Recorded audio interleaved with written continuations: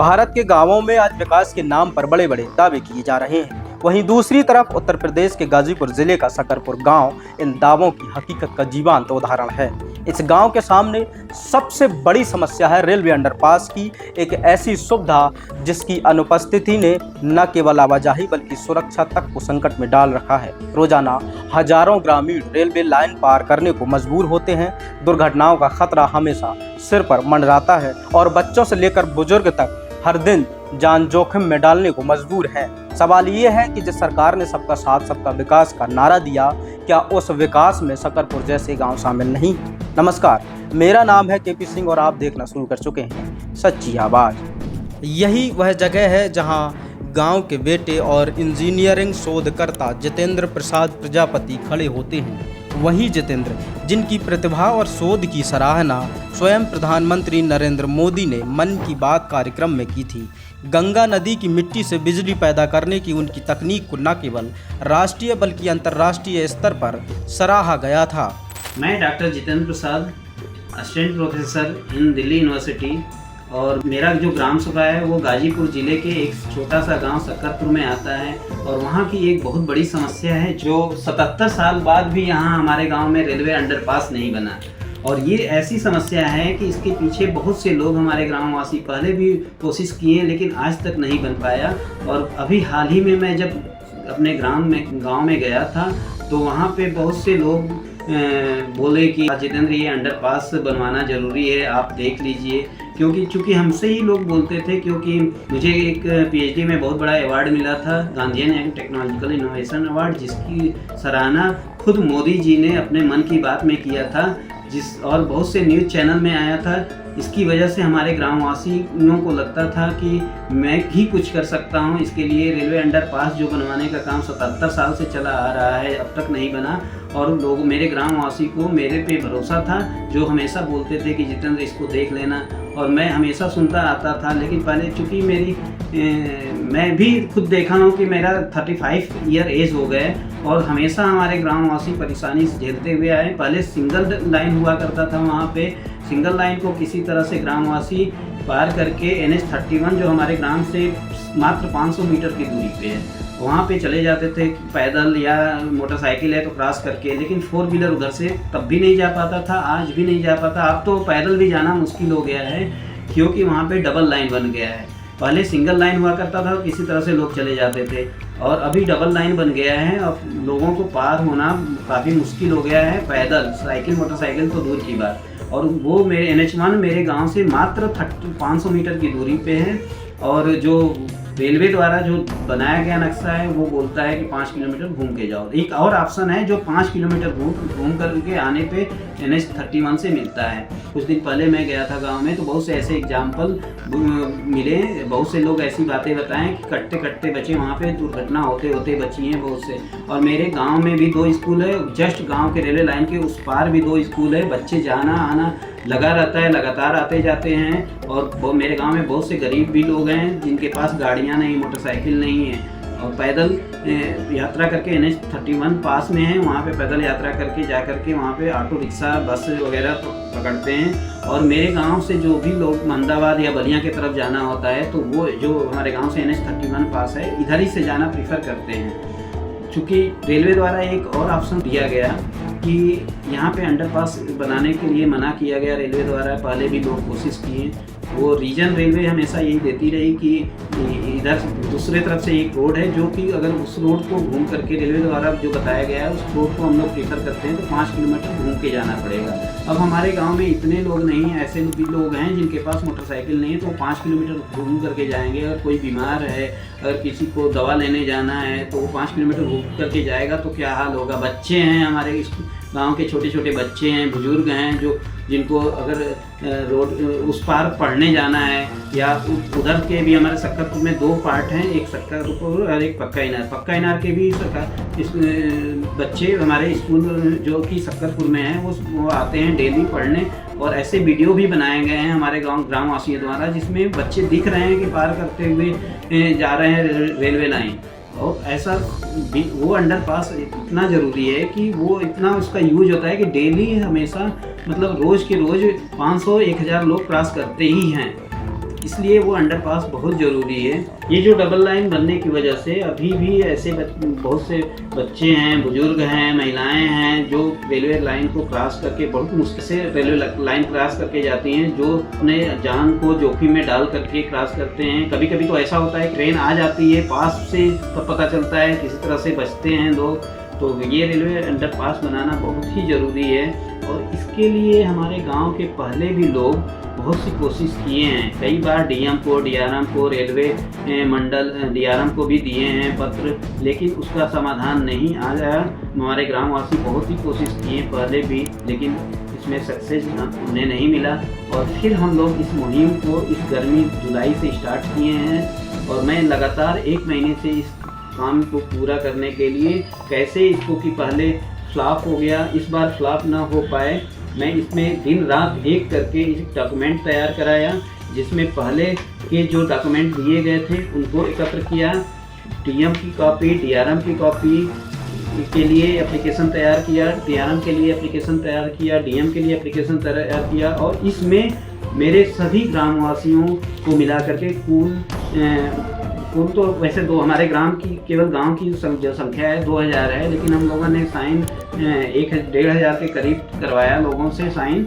और इसके बाद कुछ पेपर्स में भी हम लोगों ने पब्लिश करवाया कि हमारी जो समस्या है 77 साल की है, सक्करपुर ग्रामीण की रेलवे से अंडरपास की मांग, सक्करपुर के ग्रामीणों को रेलवे से अंडरपास की मांग, सक्करपुर की पुकार, रेलवे हमें अंडरपास चाहिए। सक्करपुर के ग्रामीणों ने जनहित में रेलवे अंडरपास बनाने को किया मांग। अपने ही गांव में आने जाने के लिए 5 किलोमीटर तक करना पड़ता है चक्रण। इस तरह से हम लोगों ने तमाम न्यूज़ चैनलों में भी प्रकाशित कराया कि इस पे गवर्नमेंट का ध्यान आकर्षित हो और हम लोगों ने इस डॉक्यूमेंट को प्रॉपर तरीके से तैयार किया और कुछ ग्रामवासी मिलकर के इस डीएम साहब को पहले दिए, इसके बाद डीआरएम साहब को भी दिया और फाइनली मैंने भी बहुत से रेलवे मंडल पे भी इस कागज़ को भेजा, इस पूरे डॉक्यूमेंट को भेजा, डीआरएम को बाई पोस्ट भी किया, डीजीएम को भी बाई पोस्ट किया। तो इस तरीके से इस डॉक्यूमेंटेशन को प्रॉपर तरीके से हम लोगों ने इसमें काम किया, सभी लोग मिल करके ग्रामवासियों के साथ। और इस डॉक्यूमेंटेशन में के काम में और इसको बनवाने के लिए पूरे मेरे ग्रामवासियों का सहयोग है, सभी लोग इसमें साथ दे रहे हैं। जब भी मैं कोई भी काम बोलता हूं कि ये डॉक्यूमेंट चाहिए, सभी ग्रामवासी मिल करके उसको रेडी करवाते हैं। जो अगर गांव से चाहिए तो यहाँ से चाहिए, अगर मेरे को जो समझ में आता है वो डॉक्यूमेंटेशन का काम इसको फर्स्ट प्रियॉरिटी के साथ हम लोग कर रहे हैं कि जल्दी से जल्दी अंडरपास बने और हमारे ग्रामवासियों पे कोई खतरा ना आए। नहीं तो अगर अंडरपास नहीं बना तो कोई ना कोई आने वाले दिनों में घटना होने की आशंका है। तो इस तरीके से हम लोगों ने इसको काम को आगे बढ़ाया अब तक दिन रात एक करके। लेकिन अभी हम लोग गांव में मीटिंग भी किए थे संडे को, उसमें मेरे ग्रामवासी बहुत से लोगों ने आया, उसमें समर्थन दिया, मुझ पे विश्वास जताया कि जितेंद्र आप इस काम को पूरा कराइए, हम लोग पूरा सहयोग देंगे, हम सभी ग्रामवासी मिलके। वाकई में इस अंडरपास की बहुत बड़ी रिक्वायरमेंट है क्योंकि आसपास के और भी गांव हैं जो प्रभावित हो रहे हैं, उनको भी 5 किलोमीटर घूम के जाना पड़ता है। अगर ये अंडरपास बन जाता है तो मेरे आसपास के गांव जैसे नगवापुरा, मुडेरा, जल्लापुर और हबासपुर, ऐसे बहुत से गांव हैं जो आसपास के हैं, 5-6 गांव, वो भी प्रभावित हो रहे हैं इस अंडरपास की वजह से। क्योंकि हमारे गांव से अगर अंडरपास बन जाता है तो शार्टर डिस्टेंस मात्र 500 दूरी चलने के बाद NH1 मिल जाएगा और उधर महमदाबाद जाने के लिए, बलिया जाने के लिए, बिहार छपरा जाने के लिए बहुत पास हो जाएगा। जैसा कि आप लोग देख सकते हैं कि हमारे ग्राम सभा सक्करपुर के बच्चे किस तरीके से जान को जोखिम में डाल के रेलवे ट्रैक क्रॉस करते हैं। ये डेली का डेली काम है, बच्चों को डेली पढ़ने जाते हैं। ये देख रहे हैं उस साइड पे भी स्कूल है और इस साइड इस रेलवे ट्रैक के मात्र 200 मीटर दूरी पे भी एक स्कूल है, इस साइड भी और उस साइड भी स्कूल है। और इस ट्रैक को डेली पार करके इस साइड भी बच्चे जाते हैं, उस साइड भी जाते हैं। और इस साइड मात्र 200-300 मीटर दूरी पे एक NH31 है। तो हमारे ग्राम सभा जो अंदर दिख रहा है ग्राम सभा, वहाँ से बच्चे बुजुर्ग और महिलाएं, नौजवान और बीमार महिलाएं और गर्भवती महिलाएं भी इधर ही से ले जाना पड़ता है। खटिया पे एक चरपाई पे रख करके इधर क्रॉस करा करके और NH-31 पे ले जाते हैं। वहाँ से एम्बुलेंस इधर खड़ी रहती है, उधर घूम करके आएगी एम्बुलेंस, जाने में ही 5 किलोमीटर आ जाएगा NH-31, वो रास्ते में ही मरीज दम तोड़ देगा। इतना इम्पॉर्टेंट है इस अंडरपास का कि ये बहुत ही ज़रूरी है हमारे ग्राम सभा के विकास में। ये एक रोड़ा, एक कांटा बन करके हमारे अंडरपास, ये रेलवे अंडरपास कांटा बन के खड़ा है। अगर और हमें इस गवर्नमेंट से पूरी उम्मीद है कि हमारा गवर्नमेंट साथ देगी, हमारे ग्रामवासियों की बात को सुनेगी और ये अंडरपास देगी। तो आज मैं इस रिपोर्ट को देख करके बहुत ही नर्वस हूँ कि हम लोगों के इतना DM साहब के कहने पे, हमारे DRM साहब को भी पुनः देने पे, इन्होंने यही रिपोर्ट सबमिट की है, यही रिपोर्ट बनाए हैं जिसमें सेम चीज़ लिखे हैं कि नहीं बनेगा। लेकिन हम ग्रामवासी, सभी ग्रामवासियों का मेरा साथ है और सभी ने मुझे समर्थन दिया है, मेरे पे विश्वास जताया है, तो मैं इस काम को लेकर के आगे बढ़ूंगा। और जब तक सभी अगर ग्रामवासी सपोर्ट करेंगे तो इसको, मैं लड़ाई को जब तक बनवा ना दूँ अंडरपास, तब तक हम लोग रुकने वाले नहीं हैं। सभी ग्रामवासी, ऐसा मीटिंग में डिसाइड किया गया था और अभी एक गांव लोग के लोग खड़े हैं, पूरे गांव के लोग समर्थन देने के लिए तैयार हैं। आसपास के जितने भी गांव हैं, सभी गांव के लोग भी समर्थन देने के लिए तैयार हैं कि ये अंडरपास हम लोगों को दें या साइड से हमें रोड दे दें।